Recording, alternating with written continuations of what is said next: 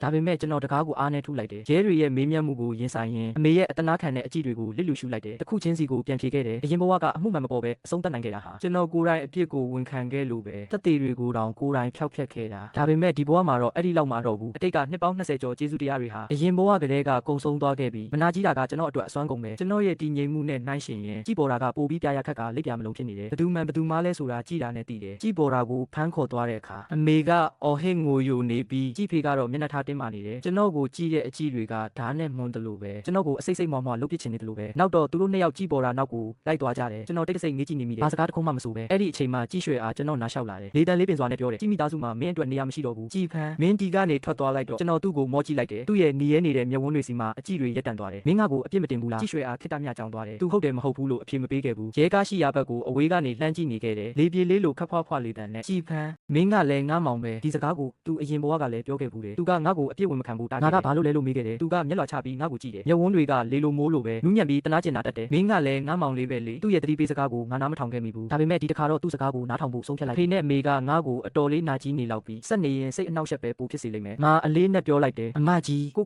ုဂယုစိုက်ပါကြည်ရွှေအားကမတိမတာပြုံးလိုက်တယ်အတန်ကအရှာရှာနဲ့ကြည်ဖန်းကိုဘဝကိုကောင်းကောင်းရှင်တန်ပါအထုပ်ပိုးတွေပြင်ဆင်ပြီးကျွန်တော်အဲ့ဒီနေရာကနေထွက်လာခဲ့တယ်ရှေ့ကိုကြည့်တယ်လေးတိုက်သွားပြီးတရွက်6တွေလွင့်ထွက်ကုန်တယ်အခုချိန်မှာနေအောင်ကကျွန်တော်အပေါ်ကြားရောက်နေပြီးနှွေးထွေးနေတယ်အဲ့ဒီအချိန်မှာလူတယောက်ကကျွန်တော်ရှိကိုရုတ်တရက်ပြေးလာတယ်လေတန်ကအရန်ကိုပြာရခတ်နေတဲ့ကြည်ဖန်းငါရောက်ပြီးဘာဖြစ်သွားသေးလဲကျွန်တော်ခဏလောက်ကြောင်သွားတယ်မောကြည့်လိုက်တော့အဖြူရောင်ခေါင်းဝင်လေးနဲ့အမျိုးသမီးတယောက်ဆွဲလျားတဲ့ကိုယ်လုံးနဲ့နက်မောင်တဲ့မျက်ဝန်းတွေကနေရောင်အောက်မှာတောက်ပနေပြီးကြည်ကောင်းတဲ့ရုပ်ရည်ကအေးအေးလူလူရှိပုံရပေမဲ့အခုတော့မျက်နှာလေးဖြူဖြော်ပြီးကျွန်တော်ကိုစိုးရိမ်တကြီးကြည့်နေတယ်ကျွန်တော်ဘာမှမဖြစ်တာမြင်မှမျက်နှာလေးအနှဲငယ်ပြေးရော့သွားတယ်ကျွန်တော်ခီးဆောင်အိတ်ကိုခဏလောက်စိုက်ကြည့်နေတယ်စကားပြောဖို့တုံဆိုင်နေပြီးမှကြည်ဖန်းအိမ်ပေါ်ကဆင်းလာတာလားဟုတ်တယ်မျက်စိရှိကဒီအမျိုးသမီးကလူယူရန်ပဲအတိအကျပြောရရင်အများကြီးပိုနှုပြိုနေတဲ့လူယူရန်ပေါ့အတိတ်ကမှတ်ညံတွေခေါင်းထဲမှာအရှိန်နဲ့ဖြစ်ပြေးသွားတယ်သူကျွန်တော်ကိုကျင်ကျင်နာနာကြည့်နေတာတွေပြင်းရီပြင်းတွယ်တန်းဝင်နေတာတွေကျွန်တော်လက်ကိုဆွဲပြီးမင်္ဂလာစင်မြင့်ပေါ်တက်ခဲ့တာတွေနောက်ဆုံးတော့သူကျွန်တော်စီလာခဲ့တဲ့ညနေခင်းမှာရက်တန့်သွားတယ်သူ့ပုံစံကပြင်းရီတလူလိုနဲ့လက်ကိုခိုးပြီးတင်းတင်းဆုပ်ထားမိတယ်သူကျွန်တော်ကိုမေးတယ်ကြည်ဖန်းမင်းငါကိုလက်ထပ်မလားဒီအချိန်မှာကျွန်တော်နှလုံးခုန်တန်တွေအယမ်းမြန်လာတယ်သူမကိုမျက်တောင်မခတ်တန်းကြည့်နေမိတယ်သူမျက်လုံးဝိုင်းသားနဲ့ပြပြတလဲဖြစ်သွားတဲ့အထိလန့်သွားတယ်ကြည်ဖန်းဘာလို့ငိုနေတာလဲဘသူအနိုင်ကျင့်လို့လဲငါငိုနေမိတာပဲဘာလို့ငိုနေရတာလဲသူ့ကိုပြန်တွေ့ရတော့ငါတကယ်တော့ပြောရမှာပါဒါပေမဲ့အရင်ဘဝကရင်ထဲမှာစုပြုံနေတဲ့ခံစားချက်တွေအားလုံးကမျက်ရည်တွေဖြစ်ကုန်တယ်ရင်ထဲကနေစီးကျလာပြီးမျက်ရည်တွေကိုတားလို့ကိုမရတော့ဘူးငါငိုနေမိတယ်လူလူရန်ကငါဘေးမှာတိတ်တိတ်လေးရှိနေပေးတယ်အတော်ကြာတော့သူငါ့ကိုရင်ခွင်ထဲထည့်ခတ်လိုက်တယ်လေတန်လေးကနူးညံ့ပြီးအလိုလိုက်တဲ့ခံစားချက်လေးပါနေတယ်အခြေရဆုံးကလေးကိုချော့နေတယ်လို့ပဲကြည်ဖန်းမငိုနဲ့တော့နော်ဘသူအနိုင်ကျင့်လိုက်တာလဲမင်းအတွက်ကလက်စားချီပေးရမလားသူမရဲ့အင်ကြီးလက်ကိုကျွန်တော်တင်းတင်းဆုပ်ကင်လိုက်တယ်ခေါင်းခါပြလိုက်တယ်ကလက်စားမချီတော့ဘူးဒီဘဝမှာမင်းနဲ့ပဲအတူတူရှိချင်တယ်ဘာမှမစင်စားချင်တော့ဘူးလျိုရှုရန်ရဲ့တိုက်ခန်းကိုကျွန်တော်လိုက်သွားခဲ့တယ်တိတ်ဆိတ်ချောက်ကပ်နေတာကသူမစတိုင်းပဲအရင်ဘဝကလျိုရှုရန်ဆုံးပါသွားပြီးနောက်ဒီမှာကျွန်တော်အကြာကြီးနေခဲ့ဘူးတယ်အောက်မေ့တတိယချင်းတစ်မျိုးပေါ့အတိတ်ကိုပြန်လဲတန်းတမိတယ်လို့ပဲဒီနေရာရဲ့အခင်းချင်းကိုကျွန်တော်ရင်းနှီးနေတာကြာပြီဒါပေမဲ့တတိမထားမိခဲ့ဘူးအထဲဘက်ဆုံးကအကွေ့ကိုကျွမ်းကျင်စွာရှောက်သွားပြီးအိမ်သားတဲကိုတွန်းဖွင့်ဝင်လိုက်တဲ့အချိန်မှာလျိုရန်ရဲ့အကြည့်တွေတစ်ချက်မိမ့်မိန်သွားတယ်မှန်ထဲမှာမျက်လုံးတွေနီးရဲပြီးပုံပြက်ပန်းပြက်ဖြစ်နေတဲ့ကိုကြည့်ရင်ကျွန်တော်ခပ်ဖွားဖွားလေးတပြင်းချလိုက်တယ်နည်းနည်းတော့ရှက်ဖို့ကောင်းတယ်လို့ခံစားရတယ်လျိုရန်ကိုတိတ်ခါရှိရှိရင်ဆိုင်မယ်လို့ဆုံးဖြတ်ထားတာဒါပေမဲ့စုံမိတိုင်းအမြဲတမ်းဒီလိုပဲအရှက်ရရတယ်ဒါပေမဲ့ကိစ္စမရှိပါဘူးလျိုရန်ကငါ့ကိုတိတ်ချစ်တာပဲငါ့ကိုယွန်းရှာမှာမဟုတ်ဘူးလုံးဝကိုမဟုတ်ဘူးဒါကငါဘဝမှာအသေးချဆုံးပဲအယုံကြည်ရဆုံးအရာပါပဲအိမ်သားတဲကထွက်လာတယ်လျိုရန်ကတကားပြင်မှာမိပြီးကျွန်တော်ကိုစောင့်နေတယ်ဘာလို့ငိုနေတာလဲလို့သူမကမေးတယ်ခုနကဖြစ်သမျှကိုကျွန်တော်ပုံပွင့်လင်းလင်းပြောပြလိုက်တယ်ကျွန်တော်နဲ့သူမကြားမှာဖုံးကွယ်ထားစရာမရှိပါဘူးလျိုရန်ခဏလောက်ကြောင်သွားတယ်ဒါဆိုကြည့်အိမ်ကမင်းကိုအပြစ်ပုံချချင်နေတာပေါ့ကျွန်တော်ခေါင်းငိမ့်ပြလိုက်တယ်ဒါပေမဲ့ကျွန်တော်ညင်းလိုက်တယ်ဒီကိစ္စကဒီလောက်နဲ့တင်ပြီးသွားမှာမဟုတ်ဘူးမုတ်ရန်ကဒဏ်ရာပြင်းထန်ပြီးတတိမရသေးပေမဲ့ခိုင်လုံနဲ့အထောက်ထားလည်းမရှိပြန်ဘူးသူနိုးလာမှပဲပြစ်မှုတတ်မှတ်လို့ရမယ်ကြည်ပေါ်တာကိုရဲကတန်တရားရှိနေတယ်ဆိုပေမဲ့မင်းမှလည်းတန်တရားတွေကမကင်းဘူးပြောရင်းနဲ့သူ့မျက်နှာကပိုညူညစ်လာတယ်ကျွန်တော်ရုတ်တရက်စကားဖြတ်ပြောလိုက်တယ်လူရန်ကျွန်တော်ဘိုင်းနေနေစားပြီးသူကြောင်သွားတယ်ကျွန်တော်စီသူ့အကြည့်ရောက်လာတယ်ကျွန်တော်မျက်လုံးတွေတောက်ပတ်နေတာမြင်တော့သူမစိတ်ချသွားတယ်ပြီးတော့မှပြုံးရင်းပြောတယ်ကျမသွားလုပ်လိုက်မယ်ကျွန်တော်ခေါင်းငိမ့်ပြလိုက်တယ်အရင်ဘဝတုန်းကကျွန်တော်အစာအိမ်ယောဂကအတော်ဆိုးခဲ့တယ်လူရန်ကဆေးဖက်ဝင်ဟင်းချန်ဒီကိုတကူးတကတင်ခဲ့တယ်နေ့တိုင်းကိုယ်တိုင်ချက်ပြုတ်ပေးတယ်သူ့လက်ရာကအရန်ကောင်းတယ်သူကအစကတည်းကချက်တက်တယ်လို့ထင်ခဲ့တာဒါပေမဲ့အခုသူချပေးတဲ့အတုံးလိုက်ဖြစ်နေတဲ့ခောက်ဆွဲကိုကြည့်လူရန်လိုတထေးသမီးလေးတယောက်ကအမြဲတမ်းသူ့အစီပါနဲ့ပဲနေလာတာကိုတတိထားမိသွားတယ်အစကတည်းကသူဘလို့လှုပ်ချက်တက်မှလဲသူကျွန်တော်အတွက်တင်ယူခဲ့တာပဲအမြဲတမ်းကျွန်တော်အတွက်ပါပဲကျွန်တော်တူနဲ့တလုံးမြည်ကြည့်လိုက်တယ်တော်တော်ငန်းတယ်ဒါပေမဲ့လူရန်ကတော့မျောလင်းတကြီးနဲ့ကျွန်တော်ကိုကြည့်နေတယ်စားလို့ကောင်းလားသူမမျက်ဝန်းထဲမှာခန်းစားချက်အစအနတွေပြည့်နေတယ်တိတ်ကိုလှလွန်းတယ်မှတ်ညံတဲ့ကသူ့ကိုကြိုက်လာလို့ပြုံးမိတတ်တဲ့အမျိုးသမီးနဲ့အရန်တူတယ်ဝမ်းနဲ့စိတ်ကိုမျိုးသိပ်ရင်းခေါင်းငုံထားလိုက်တယ်ခေါင်းကိုအားပါပါငိမ့်ပြလိုက်တယ်စားလို့ကောင်းတယ်ကျွန်တော်အရန်ကြိုက်တယ်နောက်ဆုံးတော့အဲ့ဒီခောက်ဆွဲပကံဟာ အမိုက်ပုံနဲ့ရောက်သွားခဲ့တယ်ကျွန်တော်ငိုနေလို့လျူရန်ကအရသာဆိုးလို့ငိုတယ်ထင်သွားတယ်သူလဲတူနဲ့မြည်ကြည့်တယ်ပြီးတော့ချက်ချင်းပဲအမိုက်ပုံနဲ့ပြစ်လိုက်တယ်သူမျက်နှာရှုံးမဲ့သွားပြီမကြေမနက်နဲ့ပြောတယ်ငါလဲငိုချင်လာပြီဘာလို့ဒီလောက်အရသာဆိုတာလဲသူ့ပုံစံလေးကအရန်ချစ်ဖို့ကောင်းတယ်ကျွန်တော်တော့အတန်ထွက်အောင်ရဲမိတယ်မိုးရတီကြားကကြောက်စိမ့်တွေကိုလွင့်စင်စေခဲ့တယ်ကျွန်တော်သူမကိုအားပေးလိုက်တယ်ကိစ္စမရှိပါဘူးနောင်ကြရင်မင်းချက်တဲ့ဟင်းကတကယ်အရသာရှိမှာပါဘာဖြစ်လို့လဲကျွန်တော်ပြုံးပြလိုက်တယ်ဘာလို့လဲဆိုတော့ကျွန်တော်ကမင်းရဲ့အနာဂတ်မှာတူးရဲတော့တစုံတယောက်မှရဲ့မျက်ဝန်းတွေကဝင်းလက်သွားတယ်သူမရဲ့မျက်လုံးတွေကတခုခုကိုတွေးတောနေတယ်လို့ပဲနဲ့နေတဲ့အတွင်ပြင်းနဲ့သူမကလေတံနှိပ်ပြီးပြောတယ်ကြည်ဖန်းရှင်ကကျမရဲ့အနာဂတ်မှာဘယ်လိုလူလဲကျွန်တော်ခဏလောက်အံ့ဩသွားပြီးသူမကိုမောကြည့်လိုက်တော့ယုံကြည်ချက်အပြည့်နဲ့သူမရဲ့မျက်ဝန်းနဲ့တွေကိုစုံလိုက်ရတယ်သူရိပ်မိသွားတာပဲသူကအမြဲတမ်းဒီလိုပဲပါနဲ့တယ်ကျွန်တော်ခဏလောက်တုံဆိုင်သွားတယ်ချစ်တဲ့အကြောင်းကိုဖြည်းဖြည်းချင်းပြောလိုက်တယ်ချစ်သူအပြန်လန်ချစ်ကြသူတွေလူရန်ကြောင်သွားမယ်လို့ကျွန်တော်ထင်ခဲ့တာဒါမှမဟုတ်မျက်မှောင်ကျုပ်ပြီးထပ်မေးမယ်လို့ပေါ့ဒါပေမဲ့သူကမျက်နှာအမူအရာပျော့ပြောင်းသွားတယ်မျက်ဝန်းအိမ်လေးတွေကွေးညွတ်သွားပြီးလက်ခန်းစုံကပြုံးယောင်တန်းလာတယ်ပေါ့ပြက်နိုင်တဲ့အမူအရာတွေပျောက်ကွယ်သွားပြီးအရန်ကိုရိုးသားဖြူစင်ပုံပေါက်နေတယ်သူကတော်သေးတာပေါ့လို့ပြောတယ်သူပြုံးလိုက်လို့မျက်တောင်ဖြားမှာတုံခါနေတဲ့မျက်ရည်စကူကြည့်ရင်အဲ့ဒါဘာအရသာလဲဆိုတာမြည်ကြည့်ချင်လာတယ်တွေးမိတာနဲ့လှုပ်လိုက်တယ်ကျွန်တော်ခေါင်းငုံလိုက်တယ်နမ်းလိုက်တယ်သူ့ရဲ့အံ့ဩမြင်တက်သွားတဲ့အကြည့်တွေကြားမှာကျွန်တော်တောက်ပစွာပြုံးပြလိုက်တယ်လူရန်မင်းကိုအရန်သဘောကျတယ်အရင်ဘဝကမင်းကိုပြောဖို့မေ့သွားခဲ့တယ်ဒီဘဝမှာတော့ပြောပြရစီမင်းကိုချစ်တယ်အမြဲတမ်းချစ်ခဲ့တာပါမအိတ်ခင်လူရန်ကငါ့ကိုဆောင်ကြုံပေးတယ်မင်းကြောက်နေရင်ငါစီဖုန်းဆက်လိုက်ပါငါချက်ချင်းလာခဲ့မယ်မထွက်ခွာခင်သူဆောင်နေကြအဆောင်ကိုငါလက်ထဲထည့်ပေးသွားတယ်ဒါကိုကျွန်တော်သိတယ်လူရန်ကအသက်20မှာကျမ်းမာရေးချိုးခဲ့တယ်လူမိသားစုကသူ့အတွက်အဆောင်တောင်းပေးခဲ့တာသူအရွယ်ရောက်တဲ့အထိစောင့်ရှောက်ဖို့ပေါ့အခုတော့ဒါနဲ့ပဲကျွန်တော်ကိုလှည့်စားနေပြီကျွန်တော်ကြောက်စိမ့်ဆွဲတီကိုတင်းတင်းဆုပ်ထားရင်တွေလဲတိန်တိန်ခုန်နေတယ်ပါးပြင်းတွေလဲပူထူနေတာပဲလူရန်ဖြည်းဖြည်းချင်းအပြင်ထွက်သွားပြီးတကားပိတ်သွားတဲ့အထိပဲမျက်နှာကနည်းနည်းညောင်းနေတယ်လို့ခံစားရတယ်ပါးစပ်ထောင်လေးတွေကိုစမ်းကြည့်မိတယ်အချိန်လုံးပြုံးနေမိမှအခုမှသိတော့တယ်ရင်ထဲမှာလဲပြည့်တင်းနေတယ်လို့ပဲလူရန်ကအမြဲတမ်းဒီလိုပါပဲအိတ်ဆက်တယ်လို့ထင်ရပေမဲ့ဘာကိုမှဂယုမဆိုင်တယ်လို့နဲ့တကယ်တော့အသေးစိတ်ဂယုဆိုင်တက်ပြီးနူးညံ့နေသူပါဒါပေမဲ့ဒီညမှာတော့တကောင်ရန်အထိအိတ်လို့မပြောခဲ့ဘူးနည်းနည်းရင်ခုန်တယ်နည်းနည်းလဲကြောက်တယ်လို့ပဲခေါင်းဘေးကဖုံးကိုတစ်ချက်ကြည့်လိုက်တယ်စဉ်းစားလိုက်တယ်လူရန်အိတ်ပီလာမသိဘူးဖုံးဆက်ရင်လည်းအနှောက်ယှက်ဖြစ်မှာစိုးတယ်မက်ဆေ့ချပဲပို့လိုက်တာပိုကောင်းမယ်အိပ်ပြီလားပို့လိုက်ပြီးသားစားမှာပဲအပိုလုံးမိသလိုခံစားရတယ်ပြန်ဖြတ်ဖို့လုံတုံးရှိသေးတကားဝက်စီကခြေတံကြားလိုက်ရတယ်ပြီးတော့တကားဖွင့်တံကြားလိုက်ရတယ်အတန်လာယာကိုလှည့်ကြည့်လိုက်တော့လူရန်ကကျွန်တော်ပြတင်းပေါက်ရှိမှရောက်နေပြီပြတင်းပေါက်ကနေဖြာချလာတဲ့လိုက်အောင်ကလူရန်ရဲ့ပခုံးပေါ်မှာသူ့မျက်နှာကပိုပြီးနူးညံ့တိမ်မွေ့နေပုံရတယ်သူကိုကိုကိုင်းလိုက်တယ်တိုးတိုးလေးမေးတယ်ကြည်ဖန်းဘာဖြစ်လို့လဲစာပို့ပြီး1မိနစ်တောင်မပြည့်သေးဘူးသူရောက်တောင်ရောက်နေပြီသူပြောတဲ့အတိုင်းတကယ်လောက်တာပဲသူလာမယ်လို့ပြောတယ်ဘလောက်ပဲနောက်ကြပါစေသူကတော့လာမှာပဲကျွန်တော်လိုပဲဖြစ်မှာပါဒီညသူလဲအိတ်မပျော်ဘူးထင်တယ်ကျွန်တော်ကိုတယောက်တည်းစိတ်မချလို့နေမှာပါအခုချိန်မှာရင်ထဲမှာစိုးတက်လာတယ်နားလဲနာအသက်ရှူလဲကျက်တယ်လူရဲ့အိမ်မှာဒီလိုနဲ့ပဲလောက်ဝက်လောက်နေဖြစ်ခဲ့တယ်နေ့တိုင်းအပျော်ဆုံးက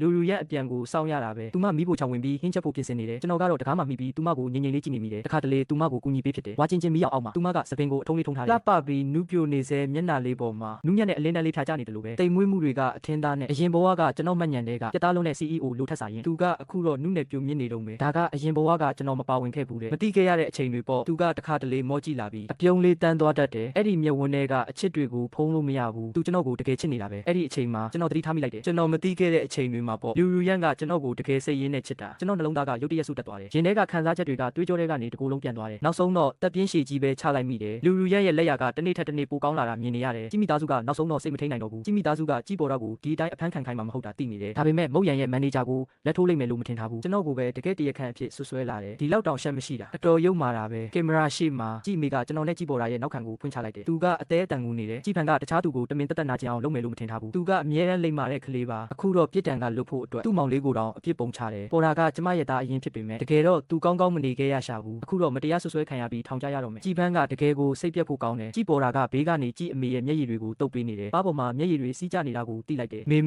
မေဝမ်းမနဲ့ပါနဲ့တော့အကိုကခဏတာဝေခွဲမရဖြစ်ပြီးမှားသွားတာပါအကိုအတွက်အပြစ်ဖြေပေးနိုင်မယ်ဆိုရင်ကျွန်တော်သူ့ကိုစားခံယူပါမယ်သူကမေကိုလှုပ်ကြွေးနိုင်ရင်ပဲတန်ပါပြီသားအမိနှစ်ယောက်မီဒီယာရှိမှတနာစရာကောင်းအောင်လုပ်ပြနေကြတယ်အရန်တနာဖို့ကောင်းအောင်ငိုပြနေကြတာအမှားလုပ်တဲ့သူကတာဝန်ယူရမယ်မင်းတာဝန်မဟုတ်တာကိုတာဝန်ယူစရာမလိုဘူးနောက်ဆုံးမှာအဖေကကင်မရာရှိမှပြက်ပြက်တသားပြောလိုက်တယ်ကြည်ဖန်းကြည်မိသားစုကမင်းကိုဒီလောက်နှစ်တွေအကြာကြီးပြုစုမင်းရဲ့အမှားအတွက်ရှေ့ထွက်ပြီးဝန်ခံပေးဆက်ဖို့မျှော်လင့်တယ်ဗီဒီယိုထွက်လာတာနဲ့အင်တာနက်ပေါ်မှာကျွန်တော်ကိုဝိုင်းပြီးအပြစ်တင်ဝေဖန်ကြတော့တာပဲကျေးဇူးမသိတတ်တဲ့ကောင်ပဲတထေးသားအတူကြီးဒီလောက်နှစ်တွေအများကြီးစီးစိမ်ခံခဲ့ပြီးကြီးမိသားစုရဲ့သားအရင်ကိုအပြစ်ပုံချတယ်လူမဟုတ်ရဲ့လားကြည်ဖန်းမင်းလိုလူယုံမာကလှုပ်ရဲပြီးမခံရဲဘူးလားတကယ်ယုံဖို့ကောင်းတယ်ဟုတ်တယ်ကြီးမိသားစုကမင်းပေါ်အစွမ်းကုန်ကောင်းပေးခဲ့တာနင်ကကျေးဇူးကမ်းတဲ့ကောင်လို့အစဲခံနေရတယ်ငါအကောင့်လဲပေါက်ကြားသွားပြီး နေတိုင်းစာတွေဝင်နေတဲ့တငယ်ချင်းတွေတောင်ဖုံးဆက်မေးကြတယ်စိတ်ပူပေးသူကိုပဲပြန်ဖြေပြီးအပြည့်ဝင်ခံခိုင်းသူတွေကို block လိုက်တယ်အပြင်မှာဘလောက်ပဲရှုပ်နေပါစေငါကတော့ဘာမှမလုပ်ဘူးကြည်ပေါ်တာကဘလောက်ပဲပြဿနာရှာရဲတွေငါ့ကိုစင့်ခေါ်ခြင်းမရှိသေး၍ငါကအပြစ်ကင်းတယ်ငါကဘာလို့ပြရခက်နေရမှာလဲကိုပါကိုတက်တည်ပြရမယ်ထောင်ချောက်ထဲမဝင်ဘူးလီရူယန်ဒီနေ့သတင်းသိတယ်အိမ်ကိုအမြန်ရောက်လာတယ်စကားစပြောလိုက်တာကကျမကူညီပေးနိုင်တယ်ကျွန်တော်ပြုံးလိုက်မိတယ်မလို့တော့ဘူးဒါပေမဲ့စကားပြောရင်းနဲ့ဘာကြောင့်မှမသိပဲအရင်ဘဝကဖြစ်ရတစ်ခုကိုတတိယသွားတယ်ပြင်းထန်တဲ့ရန်ဖြစ်မှုတစ်ခုပြင်းထန်တယ်လို့ပြောရမှာထက်တကယ်တော့လူယူရန်ကကျွန်တော်အပေါ်ကောင်းလုံးလို့ပါလူအတော်များများမနာလို့ဖြစ်ခဲ့ကြတယ်ကျွန်တော်ထောင်ချခဲ့တာကိုနောက်ွယ်ကနေဖြတ်နေကြတယ် online မှာလည်းဝိုင်းဆဲနေကြတာပဲဒါပေမဲ့ပြောရမယ်ဆိုရင်ကျွန်တော်ကလူယူရန်နဲ့မထိုက်တန်ဘူးဆိုတာပါပဲလူယူရန်ကဒီကိစ္စတွေကိုရှင်းထုတ်ဖို့ကူညီချင်နေတယ်သတင်းစာရှင်းလင်းပွဲကိုကျွန်တော်နဲ့အတူတက်ချင်နေတယ်အတင်းပြောတဲ့သူတွေကိုတရားစွဲဖို့ပေါ့ဒါပေမဲ့ကျွန်တော်ကတော့မလုပ်ဘူးလို့ထင်တယ်ကျွန်တော်ကတကယ်ပဲထောင်ချခဲ့တာပဲကိုအပြစ်မရှိတာသိပေမဲ့ဒါပေမဲ့ဒီကိစ္စကြောင့်လူယူရန်မှာကြည်အိမ်နဲ့ပြဿနာမတက်စေချင်ဘူးဒါပေမဲ့ဒါကလူယူရန်ကိုဒေါသထွက်စေတယ်သူ့ကိုတကယ်ရောဂရုစိုက်ရလားလို့သူကအေးဆက်ဆက်မေးတယ်သူ့ကိုဇနီးတယောက်လိုရောသဘောထားရလားကျွန်တော်ကတော့လစ်လူရှုထားတာကပိုကောင်းမယ်လို့ထင်ခဲ့တာသူကအတိတ်ပဲမရှိစစ်တိုက်နေတယ်လို့ပဲမြင်ခဲ့အဲ့ဒီနေ့ကဧခန်းထဲမှာမီးမဖွင့်ထားဘူးနေဝင်စည်းစာအလင်းရောင်ပဲကြမ်းတော့တယ်ခဏလောက်တိတ်ဆိတ်သွားပြီးမှသူကလှောင်ရဲလိုက်တယ်စကားတခွန်းကိုတိုးလေးပြောလိုက်တယ်လောကကြီးထဲမှာအဖြူတဲ့တက်ဖြစ်နေခဲ့ပြီးတခြားလူတွေမင်းကိုလက်ညှိုးထိုးတာငါမကြည့်နိုင်ဘူးကြည်ဖမ်းမင်းနားလေလားငါဘာမှပြန်မပြောပဲတိတ်လေးနေလိုက်တယ်ထွက်သွားခါနီးမှာငါနောက်လက်ကြည့်မိတယ်သူမရဲ့တကိုယ်လေးဖြစ်နေတဲ့ကြောပြင်ကိုပဲမြင်လိုက်ရတယ်အဲ့ဒီအချိန်တုန်းကငါနည်းနည်းနောင်တရခဲ့တယ်သူမကိုသဘောတူလိုက်ရင်ကောင်းမလားလို့တွေးနေမိတယ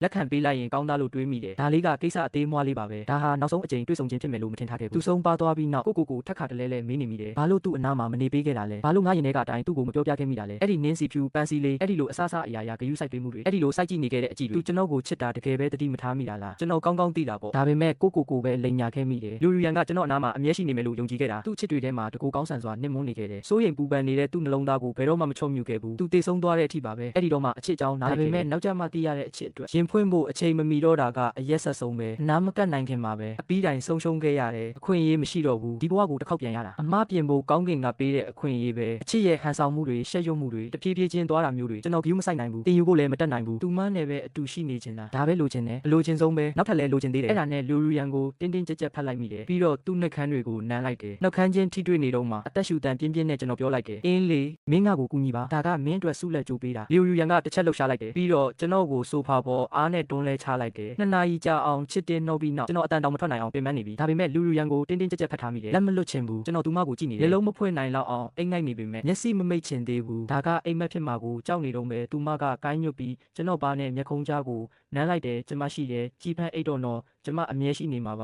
ကျွန်တော်တစ်ချက်ထူပြီးဆက်မတောင့်ခံနိုင်တော့ပဲအမောင်ထူလဲကျဆင်းသွားတယ်အမောင်ထဲမှာတင်ကျွန်တော်ရုတ်တရက်လန့်နိုးလာတယ်ကျွန်တော်မိခိုးနှူရောင်အိတ်ရဝင်ဝစ်စုံဝစ်ထားတယ်အဖြူအမဲရောင်အိတ်ခမ်းထဲမှာလှဲနေတယ်ပတင်ပေးစပွဲပေါ်မှာအေးဆက်နေတဲ့ရေတစ်ခွက်ရှိတယ်ရေခွက်ဘေးမှာဆေးဖြူလေးတွေရှိတယ်ပတ်ဝန်းကျင်ကိုတစ်ချက်ဝေးကြည့်လိုက်တယ်၆ကက်လို့နေတယ်ဒါပေမဲ့ရင်းနှီးနေကြလူတော့ရှိမနေဘူးခေါင်းထဲကရုတ်တရက်စစ်ကနဲ့နာလာတယ်အတိတ်ကပုံရိပ်တွေခေါင်းထဲပေါ်လာတယ်တကွက်ပြီးတကွက်ပဲလျှက်စစ်စီးနေတယ်လို့တိုးညင်းတဲ့အတန်နဲ့တင်အဆုံးသက်သွားတယ်ကြည်ဖန်းငါမင်းကိုတကယ်ကြီးချစ်တာပါအိမ်မက်ဖြစ်နေတာပဲငါရုတ်တရက်တတိဝင်လာတယ်တကယ်ပဲအိမ်မက်လှလေးတစ်ခုဖြစ်နေခဲ့တာပါပဲရှင်ဘက်ကိုအတင်းဆုပ်ကင်ထားမိတယ်ခြေဖျားလက်ဖျားတွေအေးဆက်လာတယ်ပိုက်ကွန်တစ်ခုတည်းပိတ်မိနေတယ်လို့မျိုးအသက်ရှူရတာတဖြည်းဖြည်းခက်ခဲလာတယ်မျက်ရည်တွေတစ်ဆက်ချင်းစီကျလာတယ်ကြည်ဖန်းဘာဖြစ်လို့လဲလူတစ်ယောက်ကရုတ်တရက်တကားတုံးဖွင့်လာတယ်ငါရှေ့ကိုရှောက်လာတယ်ထိတ်လန့်တုန်လှုပ်တဲ့မျက်နှာနဲ့ငါ့ကိုကြည့်နေတယ်မျက်ရည်တွေကြောင့်အမြင်အာရုံတွေဝေဝါးနေလက်မြောက်ပြီးမျက်ရည်တွေကိုတုပ်လိုက်တယ်နောက်ဆုံးတော့ရှေ့ကအမျိုးသမီးရဲ့ပုံစံကိုတေချာမြင်လိုက်ရတယ်ကြည်ဖန်းဘာမှမဖြစ်ဘူးကြည်အိမ်ကိစ္စကိုတွားရှင်းနေတာပါကြည်အိမ်လက်ထိုးထားတဲ့အေဂျင့်ကိုငါရှာတွေ့ခဲ့ပြီအဲ့ဒီနေ့ကဖြတ်သွားတဲ့တန်ရှင်းရေးသမားကိုလည်းတွေ့ခဲ့တယ်ကြည်ပေါ်တာကမုံရံကိုတွန်းချခဲ့တာသူမြင်ခဲ့တယ်ကြည်ပေါ်တာအပြစ်ပေးခံလိုက်ရပြီကြည်အိမ်ရဲ့လူတွေကိုလည်းလောက်ကျန်ဆွဆွဲမှုနဲ့တရားစွဲထားတယ်ကြည်ဖန်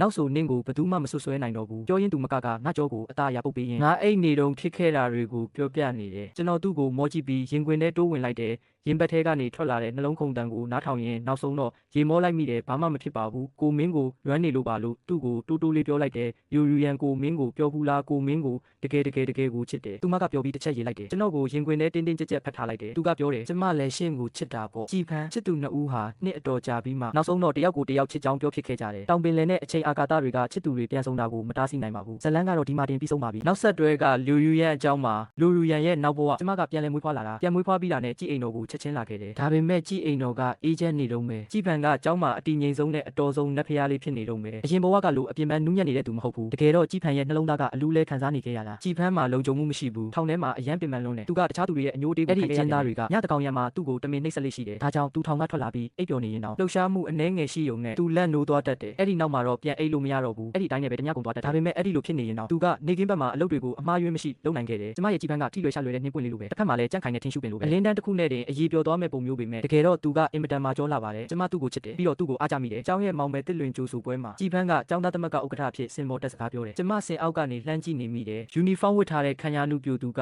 သူ့ရဲ့အရေးချင်းတွေနဲ့ဆွဲဆောင်နေတာလူတွေအားလုံးငင်းမောနေကြတယ်အဲ့ဒီအချိန်ကကြည်ဖန်းဟာမှတ်ညံတွေကနုပြိုဖြူစင်တဲ့မင်းသားလေးပါပဲ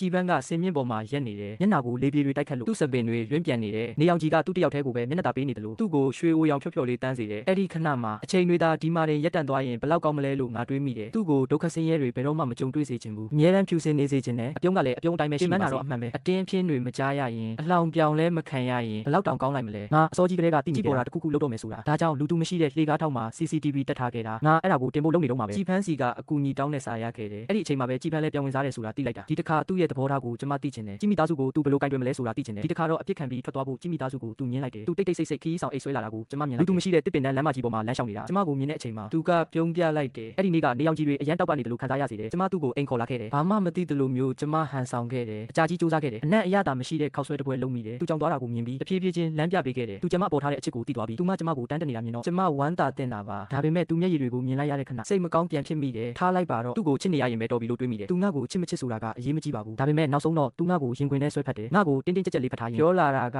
လူလူရန်ငါနင့်ကိုတကယ်ကိုချစ်တယ်အဲ့ဒီခဏမှာကဘာကြီးတစ်ခုလုံးပန်းတွေပွင့်သွားတယ်လို့ပဲမျက်ရည်တွေဝဲလာတာကိုအာတင်ပြီးထိန်းထားရင်ငါရဲ့မင်းသားလေးကိုတလုံးချင်းစီပြန်ထုလိုက်တယ်ကျမလည်းအတူတူပါပဲအရန်ပျော်ဖို့ကောင်းတယ်ကျမလည်းတကယ်ကိုအရန်ချစ်တယ်ချစ်တဲ့သူတွေတနေ့ပြန်ဆုံကြမယ်လို့ပြောလို့ရှိကြတယ်ပြန်ဆုံတဲ့နေ့မှာနေအောင်ကြီးကနှွေးထွေးနေမှာပါဒီမှာရင်အားလုံးပြီးဆုံးပါပြီလက်တွေ့မှာပြန်ဆခွင့်မရှိဘူးအနားမှာရှိနေသူကိုတန်ဖိုးထားနိုင်ပါစေဒီအထိကြည့်ပေးတဲ့တငယ်ချင်းတွေကိုလည်းမှန်ကန်တဲ့သူနဲ့ဆုံတွေ့နိုင်ပါစေ